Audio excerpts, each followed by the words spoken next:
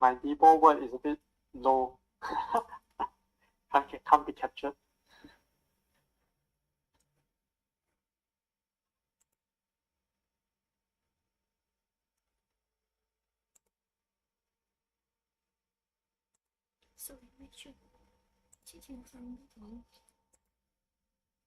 So we are live streaming now, but it is just the image. Okay. So what we want to talk right now is not on the live stream. Sure. Yeah. We will. I think we will wait for the guest to come. Oh yeah, for sure. Yeah. Yes, we definitely need to wait for the scam first.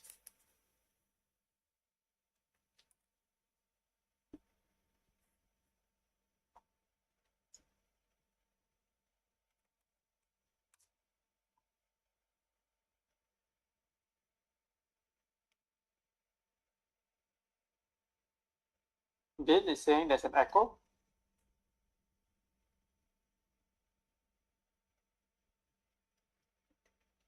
Oh, is that Vietnamese?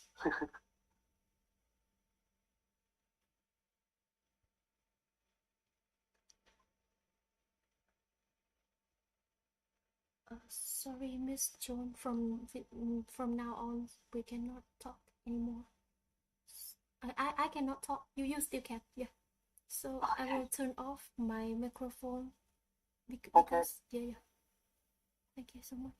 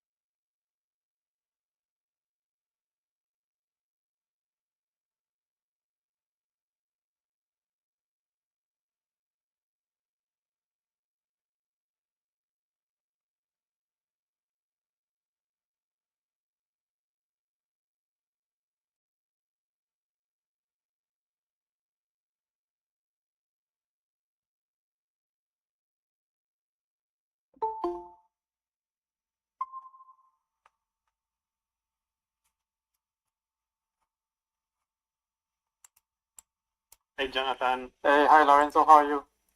Yeah, pretty good. What about you? Not too bad, not too bad. Awesome. I'm sorry to hear that JJ is not feeling well. Yeah, he's sick. I don't know if it's COVID. I mean, it's weird that I didn't know that it was still around, to be honest. But yeah, he was feeling pretty bad. Really? Yeah. Oh man. Have you gotten a chance to take a look at the questions? Yeah. I got a chance to. So how do you want to do? Is it like it's more or less 10 questions, right? Yes, more or less about 8 questions. So what's going to happen is that we'll start with the questions. When it says, I'm not too sure if you saw the doc, when it says a technical question, I'm assuming that Veronica will answer it. If it's a business question, I'm assuming that you would answer it. Is that okay? Yeah. I mean, I'm down to do whatever if you wanna. Yeah. I'm cool to whatever you guys wanna do. Yeah. But if you want to jump in on any question, I'm more than happy. Cool. Yeah. Awesome. Where are you based? In Berlin. What about you? In Berlin. Yeah. Ah, I'm based in Singapore. Nice. I want to go to Singapore. There's a lot of great crypto community over there. I actually don't know. I don't know the country. So yeah. Yeah, you should come. You should come. We'll bring you around. What about the weather? When's a good time to go to Singapore? Every day is raining, thunderstorms, lightning. So I'm not sure Why? when. It's weird because it's like near Southeast Asia. I mean, should be Yeah. like good weather. Right? It's hot, sunny. Okay. It's hot and sunny and rains. I mean, it's just standard weather. I don't even bother looking at the weather forecast, to be honest. Nice. I mean, yeah. I mean, here in Berlin, it's pretty much the same. It's pretty bad weather.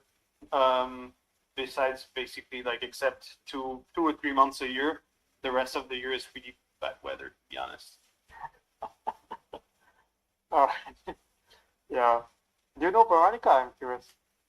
No, actually, no. I've never met her. I mean, Really? I've heard of her obviously because like yeah. I mean, she works at Eclipse, but no, I've never met her. Okay. Okay. Yeah, I think we're just supposed to be starting now, but I think we should definitely wait for her. Yeah. Yeah. Yeah, man. So, have you been based in Berlin all this time? Yeah. I mean, since I started with Zebec, yeah, I've been here in Berlin. Okay. How do I pronounce your last name? Valente. Valente. Okay. Yeah. Hey, Valente. Veronica. Hey guys, sorry, I wasn't sure how to get here. No I went on the YouTube page and I was like, wait, can I access YouTube? And then I discovered I couldn't. So sorry about that. No worries. Yeah, so I was explaining to Lorenzo, because I know we are a little bit late, but I just want to run it a little bit by you guys first. So we'll start with the Q&A. Not too sure, but Veronica, do you get a chance to see the questions? I did. Okay, so I was thinking basically business questions, Lorenzo will answer, and any technical questions, I'm assuming you will take them, right? But feel free to jump in whenever. Cool. I don't have the strongest technical background, but I went through the questions and I do Yep. have everything that there is that. I wasn't aware that there were technical questions, and so I would have gotten one of your developers to join us as well. But I think we're good. No Okay. worries. I mean, I've seen them. It's no biggie. I mean, I think it's gonna be cool. Yeah. Okay. All right. I mean, if that's the case, then yeah. So sorry, Veronica, how do I pronounce your last name? Buron. Buron. Okay, so Valente Buron. All right. Okay, we're gonna start off. All right. Cool.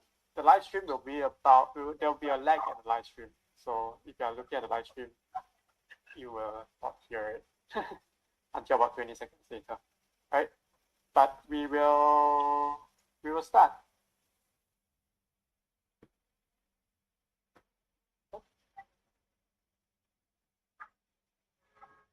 Okay, let me. All right. Okay. Let's go. All Are we right. live? Yeah, more or less. All right. Good morning, good afternoon, good evening, depending on where you're listening to us. Right. Welcome to this roundtable discussion between Nautilus and DBOE. First, I would like to introduce myself. I'm Jonathan Seow. I'm PD at DeFi Bot Options Exchange, or DBOE for short. We are a non-custodial options desk. We are basically powered by our innovative on-chain central limit order book, or short for CLOB, right? What we have unique is our bull and bear spread options that ensures capital efficiency while limiting potential losses. Okay? I'm very, very honored to have two guests from Nautilus. Unfortunately, we had JJ on our list, but he's not feeling well. But we have more than capable replacement in Lorenzo. So we have Lorenzo Valente from Zebec. He's a senior account executive. And we have Veronica Buron from Eclipse, institutional BD lead. Right. Before we dive into a discussion with our guests, I first want to say congratulations to Nautilus chain, which went live on mainnet last week. Right? Nautilus is a vibrant tapestry of decentralized solutions, right? It spans DeFi, NFTs, DAOs, and much more. And we at DBOE, we are very, very proud to say that we, specifically our DBOE Academy, is one of the first DApps deployed on the chain. So I'll let my two guests introduce themselves with a leading question at the same time. So we have Lorenzo from Zebec, we have Veronica from Eclipse. So there are a lot of names going on here, right? We have Nautilus, we have Zebec, we have Eclipse. So perhaps would you like to introduce yourselves and explain? I suppose Lorenzo, you can explain Nautilus and Zebec, and I suppose Veronica, you can explain how Eclipse gels in its role in building the Nautilus chain. Yeah, I mean, I'm happy to go first, Veronica, if you want. Cool. So my name is Lorenzo. Happy to be here. I'm the BD at Zebec and Nautilus. To give a bit of kind of a background, Zebec started a year and a half ago as a Solana native payroll payments app. Now we've kind of evolved. We have different suite of products. We've deployed the app on BNB and on Near. On top of that, we've launched with the partnership with Eclipse our own execution environment, our own chain, basically using Eclipse, leveraging their tech stack. And then we also have a crypto debit card and a payroll vertical. Basically Zebec is the holding company, and underneath we have a suite of product. But that I guess what brings us today is Nautilus, which is basically our own chain. So yeah. Veronica? Cool. Yeah, sure. Veronica here from the Eclipse team. I am the institutional BD lead, and the way we're working with Nautilus at least is we actually built out the backend infrastructure, so the roll-up infrastructure that powers Nautilus chain. And super excited to be here. Eclipse itself is a modular roll-up provider. So what that means is we enable projects to deploy their own app chains to roll in the form of roll-ups. We'll be able to build that out with all the customizations of your needs, whether that's at the virtual machine level, whichever L1 you want to plug into, and we'll be able to add additional customizations on top of that. Wow, fantastic. Sounds as if it's good stuff and cool stuff going on. So general question to both of you, right? What are the main users of this newly launched Nautilus chain? Yeah, I can take that. So in terms of like use cases, or I mean, at least what we wanted to do initially, we had obviously the Zebec app with a lot of partners and an app like focused on payments, obviously. And basically, what we can do with Eclipse and Nautilus is bring all these partners under the same blockchain, basically. So we're gonna deploy the Zebec app native on Nautilus, obviously.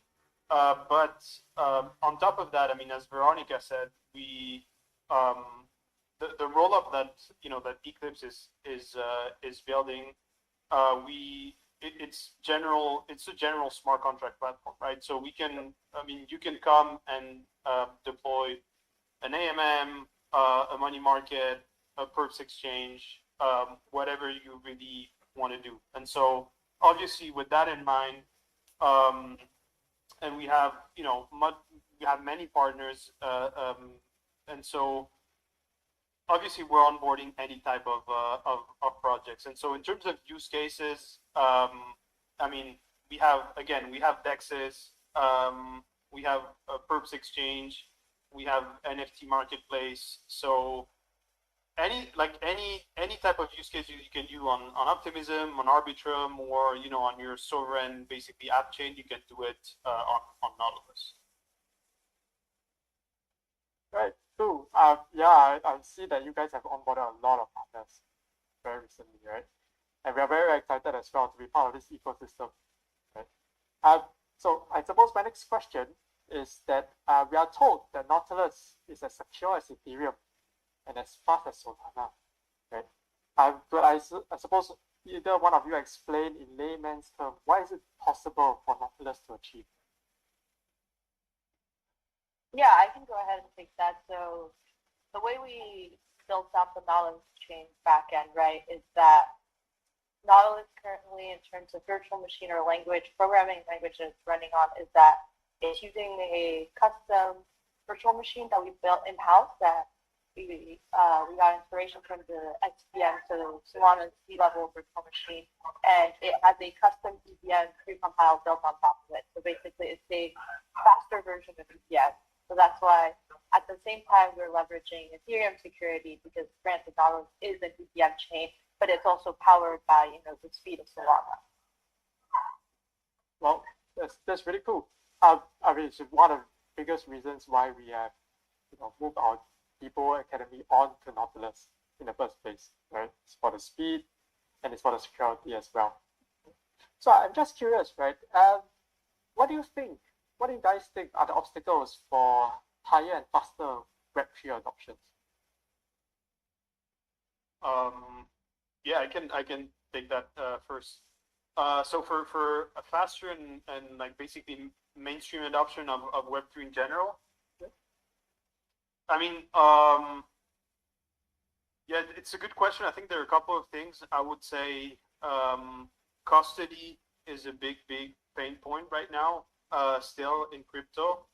So I know it's not really related to Nautilus or even what Eclipse is doing. We're not really working in that sector, but I think like it's still a big problem. In like native custody, hardware wallets. I think if you want to onboard, the next 200, 300, 400 million people and actively, use DeFi or crypto rails, I think it's going to be tough. So I know there's a lot of people working on that. I think UX is another big problem, also tied to custody. So in general, obviously, bridging, wrapping things, all this, crypto native stuff is very complicated to non-native users. So I think, we're gonna have to abstract that in the long run. So that's also, one of the big pain points, I would say. And then, I mean, obviously scalability, but I think that's kind of the thing that's been worked on like really hard, like the last year, basically. I mean, all the smartest people, I would say, like in the industry is are working on that. So, like Eclipse, rolled up as a service, Optimism, Arbitrum, like optimistic rollups. You have the ZK rollups also. So that's also, I would say, another point. But yeah, I think mainly those three. Yeah, I think coming more from my end, right? Like definitely +1 and everything you said, Lorenzo. I also firmly believe that in terms of the types of crypto applications that are out there right now, it's still very siloed in terms of sectors. And as much as I love DeFi, I don't think that it's very niche, right? I don't think like my grandmother or my parents will be venturing to that world anytime soon. So finding ways to kind of branch out, like I had Eclipse with a lot of more of our kind of like physical infrastructure, consumer type based apps, but something that's easier, whether it be from a UX perspective or even, like gaming, something kind of like in the middle that people are already used to. Definitely that kind of apps will definitely bring on more mass adoption. So we definitely have to grow in terms of verticals or segments of crypto projects. Agree. Yeah. Sorry, Lorenzo, you were saying something? No, I agree completely. I mean, yeah, I think we do still have like a few verticals, as Veronica said, like gaming, and yeah, other ones that I think are much more Web2 native, and where we actually know that there's hundreds of millions of people that use that on a daily basis and that play those games. So yeah, we know there's actually product market fit. Obviously, it's very hard to bring everything on chain, but yeah, I agree completely. Yep. So I'm just curious, right? Because we are talking about a lot of end consumers, retail. I'm just curious, the institutions, is there a way that we can try to get them on board as well? The large I can institutions, take that. Yeah. So there definitely is. I think I'm dialing in from the U.S. at the moment, and I think the regulatory climate is a little hot. I talk to institutions on the daily, and a lot of them are concerned about compliance, KYC, that type of stuff. Yep. So at Eclipse, at least, given that we enable a lot of customization for our blockchain infrastructure, we're working on a lot more KYC compliance features that will kind of enable institutions to be able to partake in a legal/compliant manner. So there's all of that I definitely think we have to sort out, but institutions are definitely coming. Yeah, I mean, yeah, I agree. I think there's definitely the opportunity, and I think it's needed because, to be honest, I mean, right now it's still pretty niche. I think there are some verticals that are much more interesting for institutions, obviously, like real world assets. So anything, regarding like T-bills, bonds, like direct lending, private markets, like all that stuff is, all those aspects are very, very familiar to TradFi, and they actually, they know very well those verticals. They know how to underwrite them. They don't. So I think there's obviously a big opportunity there. There's, as Veronica said, I mean, obviously in terms of regulatory environment, like it you need clarity, like around stable coins, around like custody, around, a lot of the tokens. So yeah, I think that's kind of the first step, but I do think like that, we have a couple of verticals that are very familiar, like to, big institutional TradFi kind of companies. So yeah. Yeah, and I'm really glad to say that I think we're all trying to work towards that, right? Trying to bring in not only just retail customers, but also huge institution customers as well, because that is what will really drive the growth, right, now in the crypto space. So just bringing it a little bit back to, I suppose, Nautilus and Zebec, right? So I'm just curious, right, will you be able to share with us what the average block time is and gas fees right now? And also, I suppose a follow-up question, right? So if you think about it in dollar terms, right? So if the Zebec token price goes up by 10 times, does it mean that the average gas fees will also increase 10 times in terms of dollar value? Oh, that's a spicy question. I mean, so the block time I think is around 350 milliseconds, more or less. In terms of the fee, I mean, obviously it depends if you're doing like a token transfer, or if you're, interacting with more complicated smart contracts or whatever you're doing. But I think it's, between, I would say, like 0.1 ZBC and 1 ZBC, more or less, that you will pay. So that's, I would say that's the first part. I mean, the second question is like, it's still going to be cheap because like it's a roll up, and it's it's high throughput and quite low fees. But in terms of the exact curve between like how much, the price of ZBC and how much would you pay, I guess like we don't even know that about Ethereum, right? Like if Ethereum price like 10x's from now, the gas fee like at the mempool level is kind of separate from the price of Ethereum, but not really. Like there's a correlation between both. Yeah. Yeah, I think it's a complicated kind of answer, but I think it's still cheap, and that's what people need to kind of know. It's still going to be one of the cheapest execution environments out there. So yeah. Oh, definitely.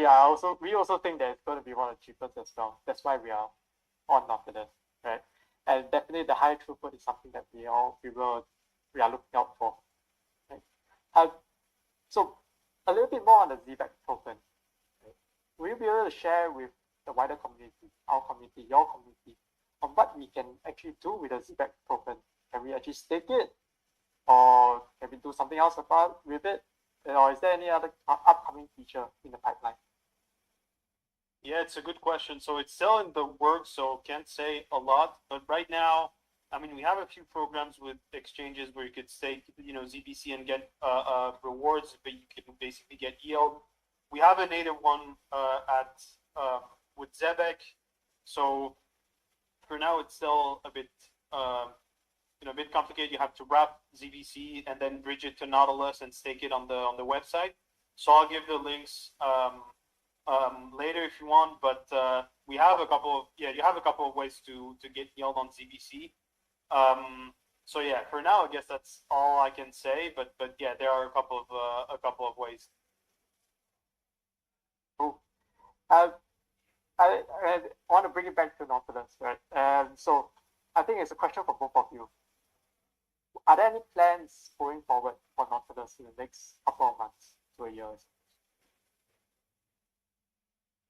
Yeah, I mean, what basically what are the plans? That's a question. Yeah, that's right. I mean, right now, it's going to be onboard teams. That's the the number one goal. As I said, we we are very focused in bringing like different types of teams. So DeFi gaming, we're talking to a lot of people. Yeah. So that's really going to be the number one priority, and we have like a few ways to do that. We're supporting teams like in different ways. So yeah, that's definitely going to be the number one priority. Bring activity, bringing more partners. Obviously, making sure that everything is running smoothly. But yeah, onboarding teams, that's the kind of number one priority. It's kind of tough right now, obviously, because it's bear market. It's very competitive out there. I mean, I'm sure Veronica has kind of the same experience. But yeah, like teams are running low on budget. They're they have been spinning from other chains a couple of times. There's a few chains that are kind of winding down or like spinning off as a roll up on Ethereum. So there's a lot of teams that are trying to see what they're doing. So obviously we're taking advantage of that. And if it's an app that where you think the high throughput and pretty cheap fees is important, if you're building a game or something like that, obviously we'd be of interest to you. Yep. So Veronica, from Eclipse's point of view. Yeah, so I mean, just to kind of emphasize, right, like we're here as the backend blockchain infrastructure builder for Nautilus. So kind of our role in this over the next coming months is we'll be here, updating the nodes, etc., as a sequencer. No big plans necessarily with Nautilus, just making sure that it has the 100% reliable uptime so that you guys get that throughput that you require is what we'll be doing. If there's any updates, like we'll be here to help out with that. Cool, fantastic. And I suppose, Lorenzo, to follow up on what you mentioned earlier, right, about onboarding new teams, right? So are there going to be any supports, for example, grants, funding for projects that want to onboard onto Nautilus? And I suppose for our community, because we are very specific in Asia, right? Any specific plans for the community in Asia? Yeah, I mean, it's a good question. I mean, yeah, first, like we have a very big community in Asia. Like we have, we have community in all the biggest markets in Asia, China, Japan, Korea. I mean, we have a pretty big community in Nepal also. So yeah, we are very present over there, and actually we have a part of the team that is located there. Yep. The second point, I mean, listen, it's obviously very custom depending on the team, like how big is the team, their needs. We have teams like coming from other ecosystems, but generally, we're trying to help like on marketing. We can help like with technical support because we have kind of our own team. Even if obviously Eclipse is doing the hard work on the back end. We're doing hackathons, so we've done a hackathon at Stanford. Which has it's been really cool, and we've met a lot of great entrepreneurs and teams, and we've actually onboarding a lot of them. Yep. We are giving like economical support, like grants, like on the spot, like depending really on what vertical. So we're being very careful about it, obviously. So it really depends on the team, the type of primitive that they're building, and the need that we have basically of that app. So yeah, there's a kind of, and we're also doing some contests like between teams with prizes. So there is other incentives as well. But yeah, we're trying to be as versatile as possible. That's cool. Right. I just want to give a shout out to your hackathon. So that's actually how we got connected with Nautilus in the first place. We actually came in second in Awesome. in the Stanford hackathon. I saw that. Yeah. Congrats. Yeah. So, but we are very glad that you guys actually supported the hackathon and landed upon a fantastic chain, right? I really want to thank both of you for your insights. We really appreciate it. Right? And now that we have learned so much about Nautilus chain, right? If I will give me about 10 minutes, 5 to 10 minutes, right? I want to give a quick demo of our DBOE Academy, Depot Academy, because we are already live on the Nautilus chain. So I'll show you guys how it is working. Right. So let me share my screen.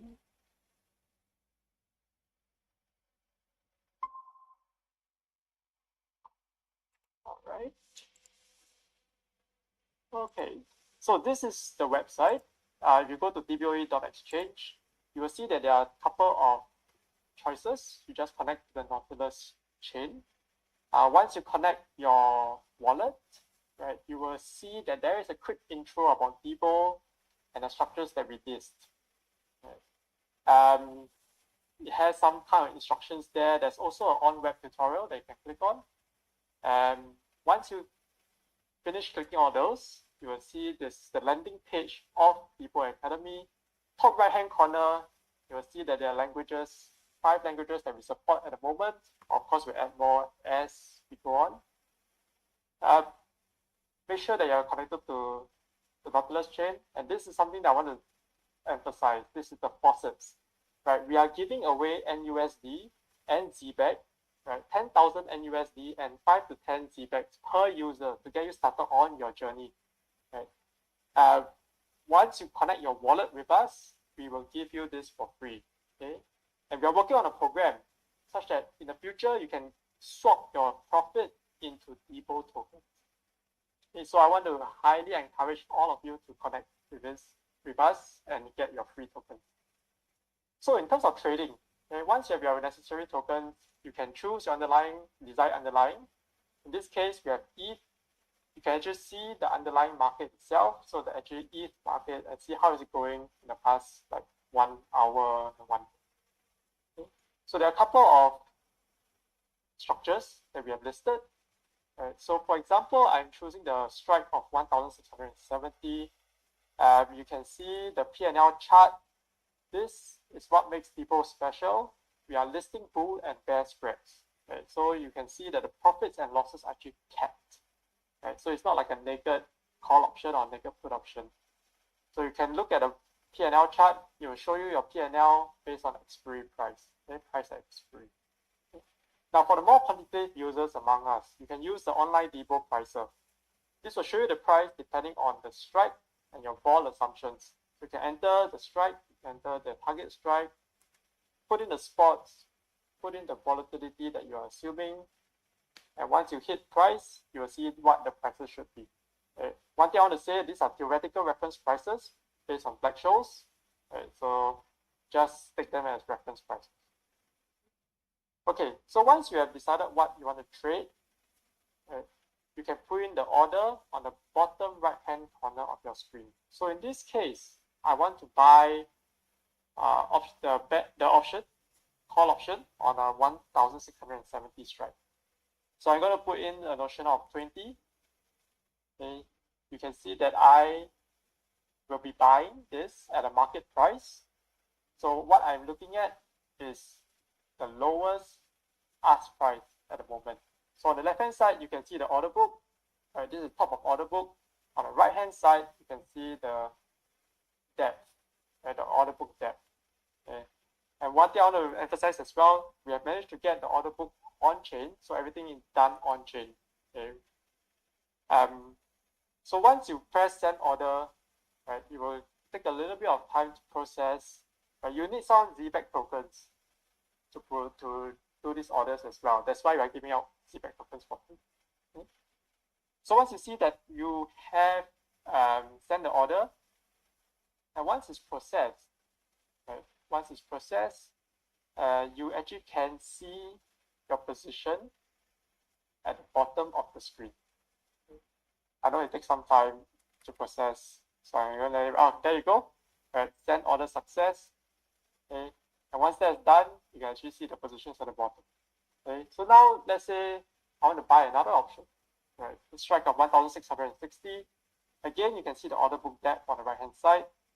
Right, you can see the top of order book on the left hand side, the bid, the ask, quantities, and actual price levels. This time I'm going to buy 100 notional worth of strike 1,660. Again, I'll send my order. Okay, I will be buying this at the lowest ask price. Okay. Once it's processed, a little bit of time. But once it's processed, I will be able to see my positions at the bottom of the screen. Okay, so these are the positions. It has popped up right at the bottom corner. At the bottom row. Okay. All right, now I'm going to show you an example of selling an option. In this case, I'm going to sell a put. Okay. 1,690 strike. I'm going to sell it at market price. This time, instead of putting in notional, I can choose the quantity of options I want to sell. Okay, so you have a choice of notional or quantity. So this time I'm going to choose quantity. Again, I will send in my order, and it will take some time. But at any time, if you need a reference, you can click on that link that says training guide. There are a couple of step-by-step YouTube videos on how to use a platform. So anytime you get lost, there's a training guide there. You can click on it. Okay, so I'll send an order. Okay, while we're waiting for that order to get processed, again, if you are looking for some help, right, there are a couple of links everywhere on the website. There's even a chat bot at the bottom right-hand corner. You actually click on it, and you actually can chat with someone who will give you real-time help. Okay. So once the order has been sent through, okay, hopefully we will see, okay, it's been sent through. Right, at the bottom, you will see, okay, there we go. Right, we have a short position on the 1,690 put. So those previous three examples were market orders. This time, if I want to do a limit order, right, if I want to do a limit order, I can actually choose the level at which I want to buy or sell. Okay, so level 1, 2, 3, 4, 5, 6, 7 corresponds to the prices you see on top. Right, so for example, I'm going to do a limit sell on the 1,690. I can choose the time if I want this limit order to stay on the order book between 1 minute to 4,320 minutes, which is essentially 3 days. Right. Also, if I want to sell any of my positions, I can easily press the close out buttons. Then I can just close it out. Okay. So basically, at any time, if you need any help, right, there are many ways. Another way to do it is the question mark icon at top right corner. Right, there'll be FAQs, tutorial videos, topical videos. Right, they'll be used to cover any of the terms used throughout the website. Right.